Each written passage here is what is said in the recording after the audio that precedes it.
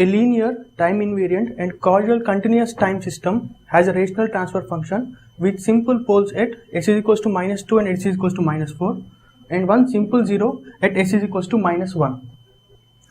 When a unit step u of t is applied at the input of the system, at steady state the output will have a constant value of 1. This is the given data. The question is to find the impulse response of the system. The given options are e power minus 2t plus e power minus 4t multiplied by u of t. Option B, minus 4 into e power minus 2t minus 12 into e power minus 4t minus e power minus t into u of t. Option C, minus 4 into e power minus 2t plus 12 into e power minus 4t into u of t.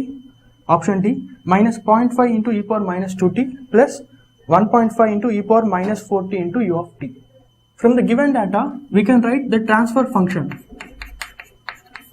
that is y of s by x of s as, we have two simple poles at s equals to minus 2 and minus 4. So we can write the poles as s plus 2 and s plus 4. And we have simple 0 at s equals to minus 1. That is, we can write it as s plus 1. But he didn't mention the amplitude of this transfer function. Now let us take it as alpha.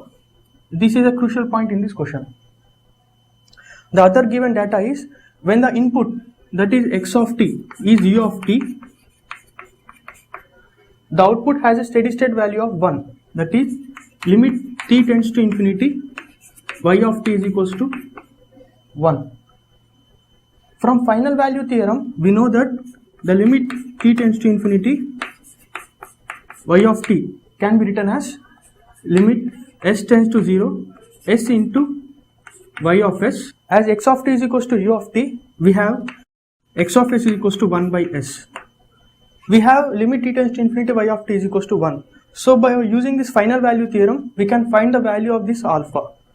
So limit s tends to 0, y of s will be the transfer function multiplied by x of s.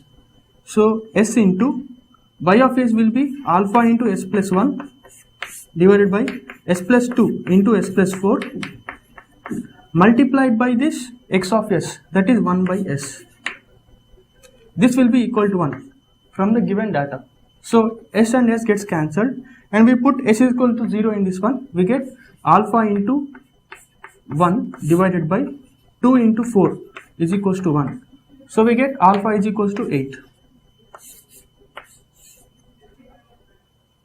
So we can write the transfer function as y of s by x of s is equals to alpha is 8 here, that is 8 into s plus 1 divided by s plus 2 into s plus 4. Now we have to find the impulse response of the system, that is the inverse Laplace transform of this transfer function. To simplify that, let us change this into factorized form by using partial fractions. Now to find the coefficient of s plus 2, we can go by the simple method. We can put s is equals to minus 2 in the remaining term other than s plus 2. That is 8 into, here putting minus 2 we get minus 1 divided by minus 2 plus 4 is 2.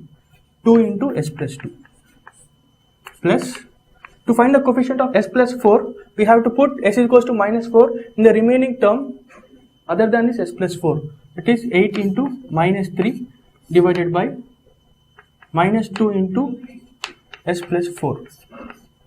This is a simple method of doing the partial fractions. We can simplify this as minus 4 by s plus 2. Here we get minus gets cancelled, 12 by s plus 4. This is a transfer function. We want the impulse response. So by taking the inverse Laplace transform of this transfer function, we know that